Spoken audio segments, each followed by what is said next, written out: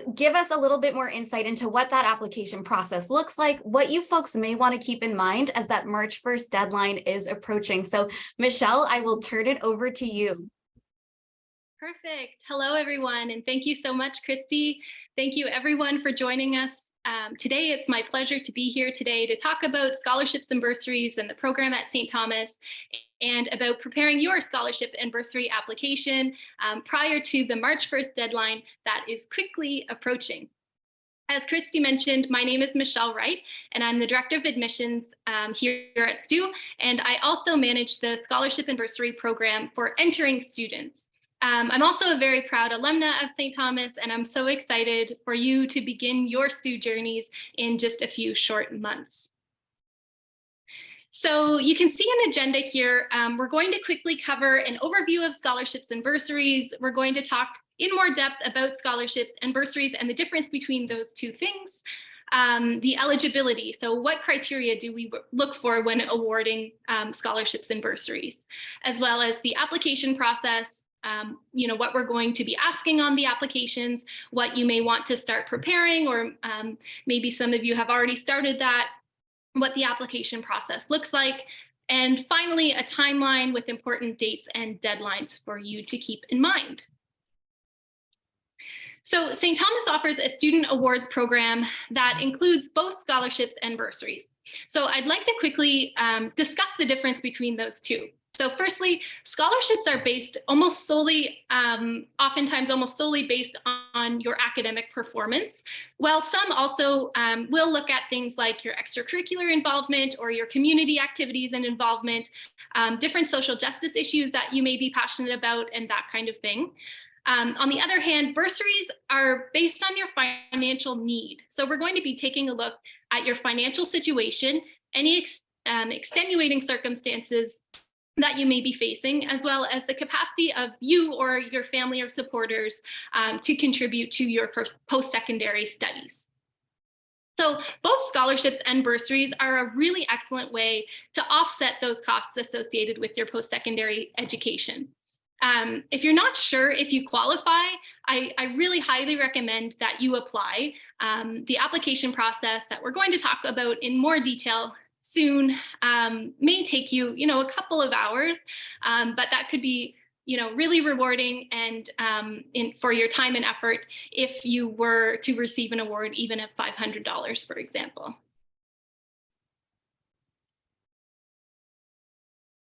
Great.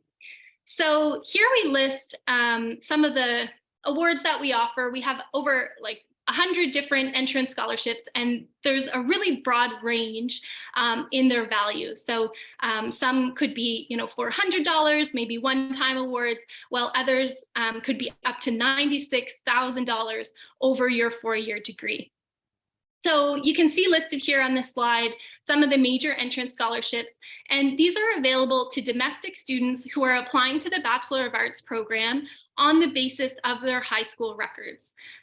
So beginning with the Chancellor Scholarship, this is our most prestigious entrance award, and it's given to, it's awarded based on outstanding academic achievement and ability, but also with attention given to qualities of leadership and versatility. So it's kind of looking for that full package student who's able to balance both academics as well as involvement in leadership and that kind of thing.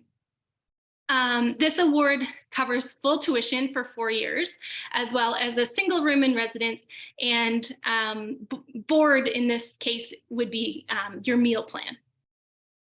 Other examples listed: the George Martin Scholarship covering full tuition and a double room and meal plan, the Francis McLaughlin Scholarship covering full tuition and a book allowance of $500, President's Scholarship, Don Russell Scholarship, and again, these are kind of just a sample of our major awards. So in addition to our major awards, we also have a number of named awards and other entrance scholarships, some of which are listed here. So as you can see, the criteria is really varied for different awards. Some scholarships may look for students from a certain geographical area. So I know that we have some awards for students from the Moncton area, for example. or St. John, especially, different regions of New Brunswick, while others look for leadership qualities, even interest in a certain subject area, and many others. Great. So in addition to the awards available for domestic students, we do have a number of awards available for international students as well. So listed here, we have a Chancellor's International Scholarship, so kind of the international version of the domestic chancellors that we just discussed. And this is full international tuition and a single room, and has an estimated value of over $96,000 over 4 years. President's International, as well as St. Thomas Renewable Achievement and Scholars. For a full list of awards, you are able to visit stu.ca/entrance scholarships, and you can just kind of find a full breakdown of all of those awards for both domestic and international students.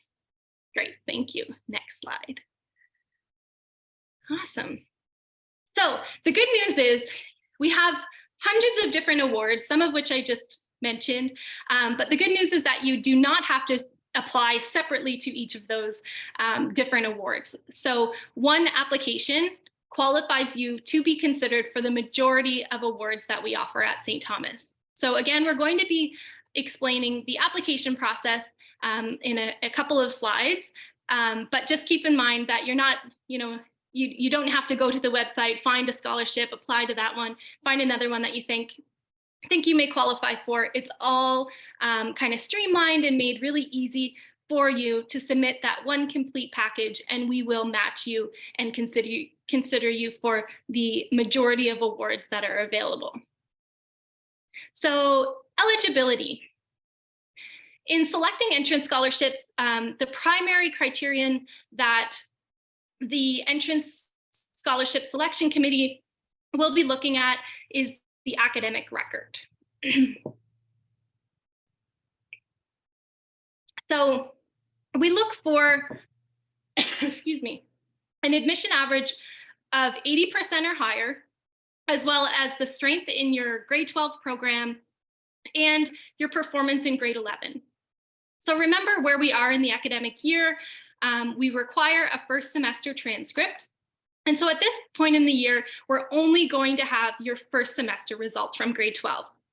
So that's why when looking at your transcript, your performance in your first semester for those semestered schools, we will be looking at your grade 11 performance as well. Great. Next slide, please. So that was a really quick overview of scholarships. And now switching over to bursaries.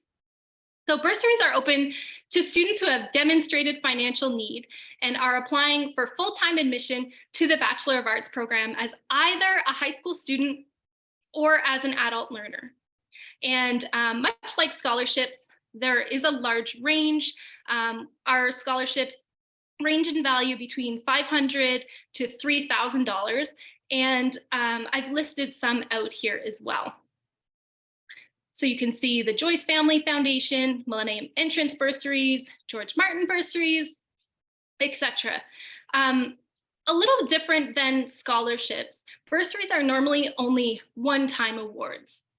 And so they would be offered in your first year and wouldn't necessarily be renewable like scholarships would.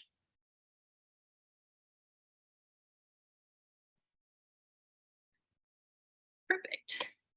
So moving on to the eligibility for bursaries. So in selecting entrance bursary recipients, the primary criterion looked at by the Entrance Bursary Selection Committee is financial need.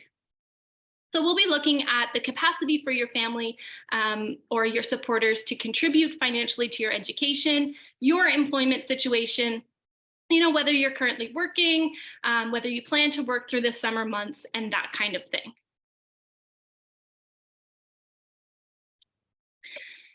Okay, so the application process. As I mentioned earlier, we've really streamlined the application process so that you're not required to find the awards in which you believe you are eligible. You simply prepare and submit one complete application to be considered for the majority of awards that we offer. So as a reminder, if you have not applied for admission yet, we would ask that you do that as soon as possible, because only applicants who have been admitted to STU have access to the scholarship and bursary application.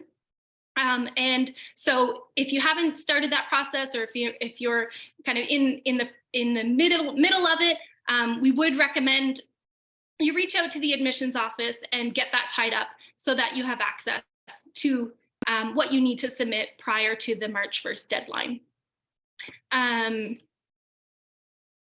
Great. So what's going to be asked on the scholarship and bursary application? And again, if you want to take a quick photo of this slide, especially for those of you who don't have access on your next steps yet, you'll know and will be able to start working away on these things while your admission is being processed.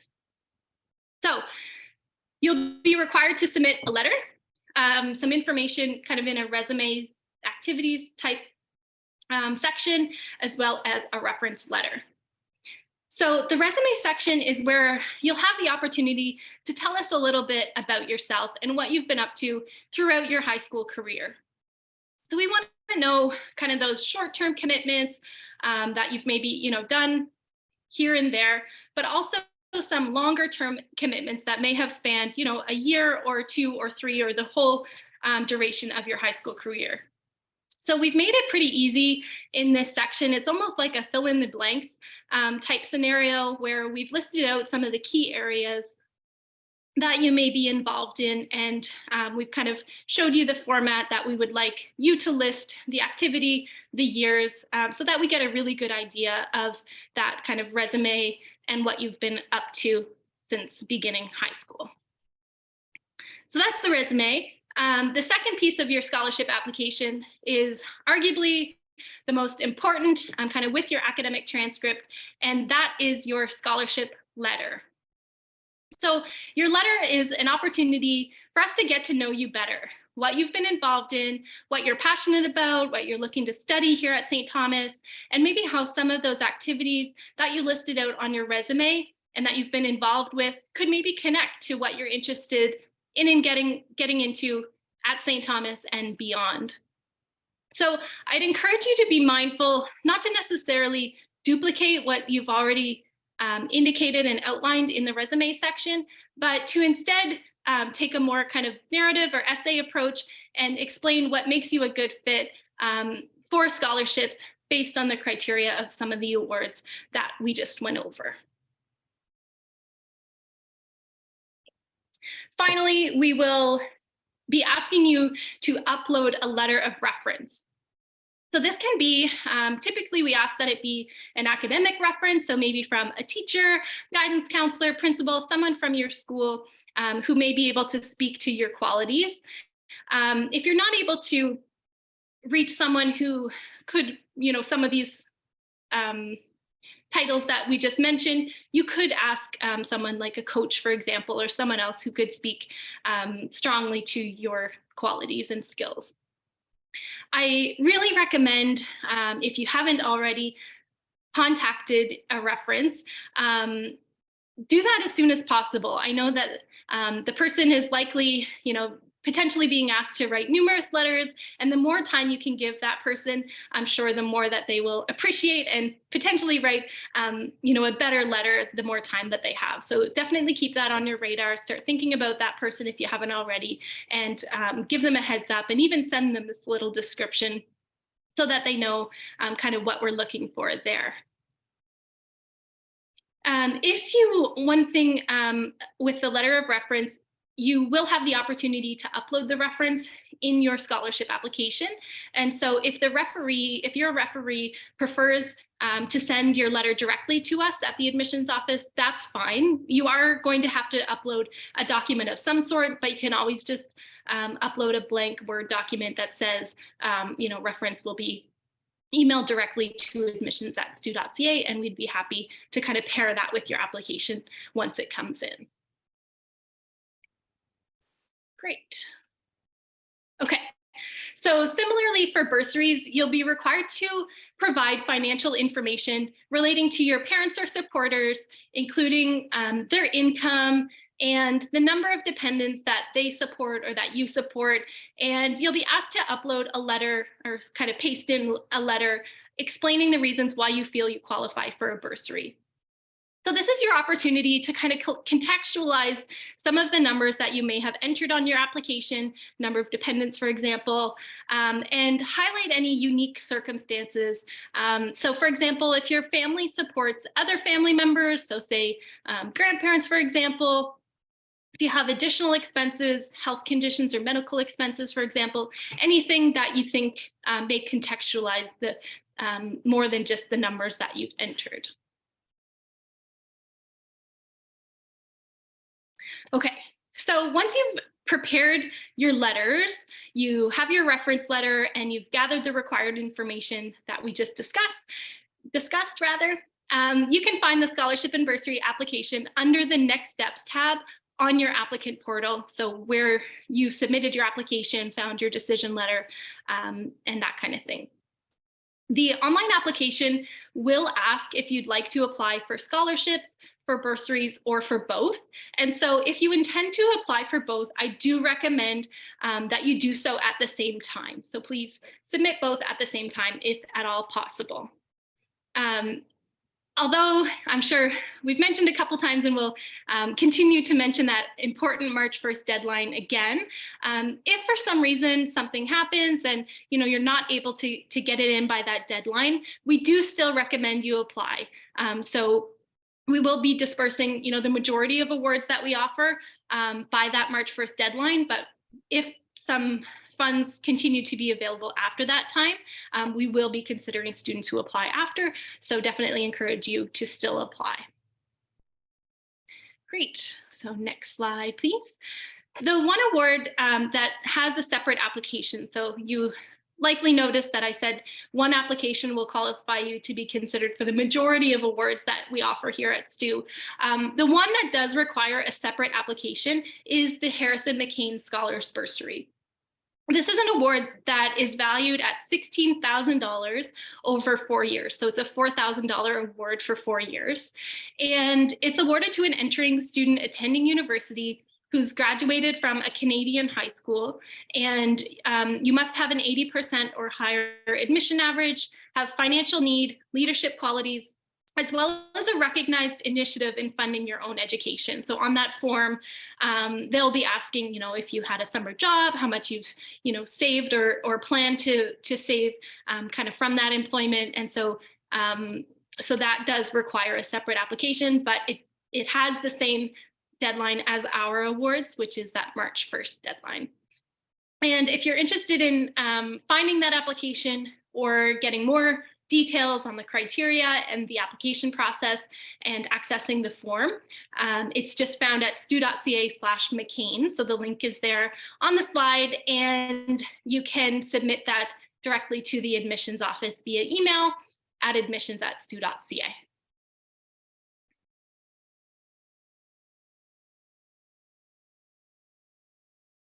So really quickly, just some quick tips and some things to consider when preparing your scholarship documents. I think the biggest tip that I usually tell students when I'm working individually with them is to have someone proofread your letter for spelling, grammar, capitalization, those types of things. But I think it's also helpful to know that the Scholarship Selection Committee often reads your letter aloud. And so if you can, read it aloud to someone else, and oftentimes that finds things, a missing word or that kind of thing. And so we really recommend you tighten up that letter, have something really professional and proper to submit, and that all, the kind of sloppy mistakes that may come from not doing a proper proofread or reading aloud. So that's one tip. We also recommend spelling out acronyms. So I find acronyms could vary greatly across different provinces and countries. And so we really encourage you to spell out those acronyms that of the clubs you may be involved in, so that we know the selection committee knows exactly what those are. Give your references time. I kind of touched on this already. Collect your reference before the deadline, give them lots of time, and you'll be able to upload that in a timely fashion prior to that deadline. Start early. So, some of you may have already started. Others can start today or tomorrow, and ensure that everything is set to go by that deadline. Be proud of your accomplishments, and of course, be authentic and honest. Okay, moving into timelines, deadlines, dates. So February, I sent out an email a week and a half or so ago now, encouraging any accepted applicant who was accepted as part of our early admission process to submit a first semester final transcript. So I was mentioning that your admission average will be calculated, and that's based on your English, your grade 12 senior level English, or French 12 if you go to a Francophone high school, and your 4 highest grade 12 level academic classes from our list of approved courses. If you want to visit stu.ca/by province, just to familiarize yourself with which courses we're going to be looking at to calculate that admission average, that's also the scholarship average that is used. So we are working with your first semester of grade 12, we require that transcript. So if you haven't made arrangements for your transcript to be sent to us, please do so prior to that March 1st deadline. Successful recipients for both scholarships and bursaries should hear back from us in March and April. Bursaries could kind of continue throughout the summer months. And again, as I mentioned before, there could be additional funds available that could warrant awards throughout the summer, but the majority of our major awards will be offered to successful recipients in March and April. And then finally, we do encourage you to let us know if you'll be accepting the scholarship or bursary offer by May 15th. So that's the deadline to accept the awards. So as always, our team's more than happy to work with you individually to answer any questions or concerns that you or your family or supporters may have as you prepare to submit your scholarship and bursary applications. So please do not hesitate to contact us anytime and to reach out to us. Thank you so much for being here today. And I hope this has been helpful, and we look forward to receiving your scholarship and bursary applications soon. Thank you so much, Michelle. In the spirit of questions, I actually have a few for you if you have a couple of minutes. Definitely. The first being from an international student who's wondering what they would need to be considered for the International Chancellor Scholarship. I know that's a big question, but I'm wondering if you'd be willing to tackle it. Yeah, sure. So if you wouldn't mind just navigating back to the international description of, to the international slide and the description of the Chancellor Scholarship. So I didn't necessarily go into full detail, but it covers full international tuition and a single room and board, and the criteria is outlined there. So much like the domestic version, we are looking for a top ranking international student who's entering first year, and a combination of both academic excellence and leadership qualities.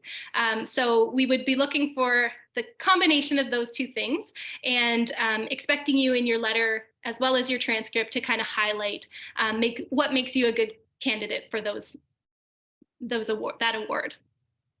Excellent. Thanks so much, Michelle. Speaking of criteria for certain awards, we have somebody joining us who's wondering if there's a guaranteed entrance scholarship or bursary program based on high school averages. Would you be able to tackle that as well? Yes, that's an excellent question. If we could skip back a couple of slides just to where it highlights, yeah, this one, perfect. So we don't have a guaranteed entrance program scholarship that you are automatically given based on your high school results, but you are considered based on your average of over 80% or 90 for the St. Thomas Renewable Achievement Scholarship and the St. Thomas Renewable Scholars Scholarship, both of which are kind of outlined on this award, on this slide. So you may have met with an admissions counselor in your school and talked about specifically these entrance scholarships that are kind of tied toward your entering average, and that's it. And so if you apply for scholarships by that March 1st deadline, you will be considered for everything, but especially for these renewable scholarships based on either an 80%, 85, or 90% average. And again, we will be using your first semester of grade 12 and your performance in grade 11, but we will continue with your final results as well. At the end of the academic year, we ask for another transcript, and if you qualify for a renewable scholarship of a higher value, you could be awarded additional funds at that time. Thanks, Michelle. I think that really underscores how important it is for us to continually receive students' updated transcripts. I know you said it throughout today's presentation, but I do think it bears repeating. It's so integral that we have that. Honestly, the more information we have, it's more often than not to students' benefit. So ensure that you're getting those transcripts in. And I have just one more question for you, Michelle. So do I need to accept my offer of admission from St. Thomas in order to apply for scholarships? And that's a question we're getting a lot this year. Yes. No, you aren't required to pay your confirmation deposit or accept your offer of admission. You just have to have an active offer of admission, as I mentioned. So you do need to apply and be accepted in order to have access to apply, but you are not required to confirm your seat prior to being considered for scholarships. So at the end, I showed kind of that timeline. Typically, if you're given a scholarship offer in March or April, you have until May 15th to accept your scholarship offer. And so at that point, we typically would encourage you to have confirmed, paid your confirmation deposit by May 15th. Excellent. Thanks so much for your time and expertise, Michelle. I really appreciate it, and I'm sure our attendees do as well. Great. Thanks, Christy. See ya. So everybody, thank you so much for spending much of your day, night, afternoon, depending on where you are at with us. We really enjoyed talking with you folks, getting your questions, and seeing so many of the students that we've worked with separately, all in one, albeit virtual space. It's very exciting. It gives us a good sense of what the fall will be like, which really is what we are getting focused on right now. So in the spirit of Michelle talking about timelines, we did just want to re-emphasize, re-highlight some of the things that were mentioned throughout today's program. So the first of which is, if you haven't yet applied for admission, it is integral that you do that as soon as possible. Applying for admission is really what will allow you to later gain access to further next steps. So for example, once you have an active offer of admission, you then are able to access the scholarship and bursary application to which Michelle was referring. You're able to gain access to the residence application to which Selena was referring this morning. And it also is what will allow you to move through the process in terms of course registration. So we did receive a question earlier today wondering when that takes place. And I'm happy to see people are getting eager and excited about course registration. It is my favorite time of year. And that's something that will take place in April. So specifically for incoming first year students, course registration will start on April 18th. We'll have a variety of information sent to you before then to ensure that you're well equipped to take that next step and get excited for it. But in the meantime, we really just want to facilitate the process of you getting better aware of the different academic options that you have at St. Thomas. So we'll have a variety of different virtual events, webinars, etc., available for you to interact more with the faculty members, perhaps who you already have interacted with today or throughout another event, and perhaps some that you haven't even heard of just yet. So we'll be sure to circulate that information. I also just wanted to mention, because we received a question about campus tours, that we offer personalized virtual and in-person campus tours. And oftentimes when I say campus tour, I think people kind of imagine they're walking around campus, they're seeing things in a big group. And throughout campus tours, you are, of course, able to see what campus looks like, what our physical facilities are like, which services and supports are housed within them. But there's so much more than that. So for us, all of our tours are completely customized. It's not a big group. You're going to be one-on-one with another campus tour ambassador, so a current student who you're really able to get a better sense of the student experience from. But we also would be happy to and strongly encourage you take advantage advantage of other opportunities throughout your visit. So if you wanted to sit in on a sample class, sit on some actual live classes happening, if you wanted to meet with some faculty members in areas that you're considering studying, if you wanted to meet with staff members, perhaps you're already really keen on internships and have a ton of questions for Ale, who was presenting earlier today, we can facilitate all different types of meetings and ensure that you're getting the most out of your visit to campus. So we strongly encourage you to take advantage of that. And you can see on the slide, this is something that we do all year round. So even on days like today that are quite wintry, you're more than able to come. And as I mentioned, we have virtual events. So for all of you who are joining us internationally, or perhaps from out of province, you're not as able to join us in person, no problem at all. We'll do a personalized one-on-one campus tour all the same. So you're still getting the same information, you're still getting the same customization, but it's just available to you remotely. Now, if you're interested in booking a campus tour, the easiest way to do that is just to go to stu.ca/campus tour. Alternatively, you can email us at tours@stu.ca. But the long and the short of it is, no matter what you're wondering about, no matter what you're wanting to do as a next step, we are here to help you, as Michelle mentioned, as many of my colleagues have mentioned today. So please don't hesitate to contact us. Kind of our generic email would be admissions@stu.ca. So that's always a safe account to access. If that's one that you're not sure you should be directing a question to, please by all means do. And if we're not the proper people to answer it, we'll be sure to send that question to the appropriate person who is. You always can contact your admissions counselor. So if you've been in touch with one of our admissions counselors already, we love hearing from you. Please don't hesitate to email us. We will happily respond to any questions. And as Hannah mentioned at the top of today's program, we also have a chat platform that you can access at stu.ca/chat.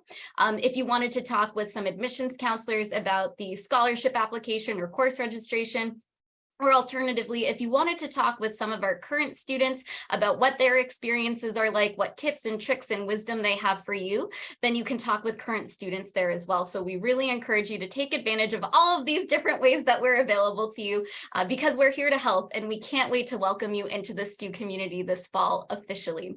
So with that said, we're going to be wrapping up today's program. If you don't already, I encourage you to follow us on social media. So we have a variety of accounts on a variety of platforms, but our admissions office and recruitment team specifically have an account on Instagram called STU Beginnings, where we provide tailored information to people who are in your shoes, who are trying to figure out their post-secondary decision-making process, what's important to them, what they are looking for, and also what they need to do to ensure that they're all set to begin their studies in the fall. So we encourage you to stay posted there. And in the meantime, I wish you folks a wonderful day and best of luck with your scholarship applications. It was so lovely talking with you, and we can't wait to see you soon. Have a great day. Take care.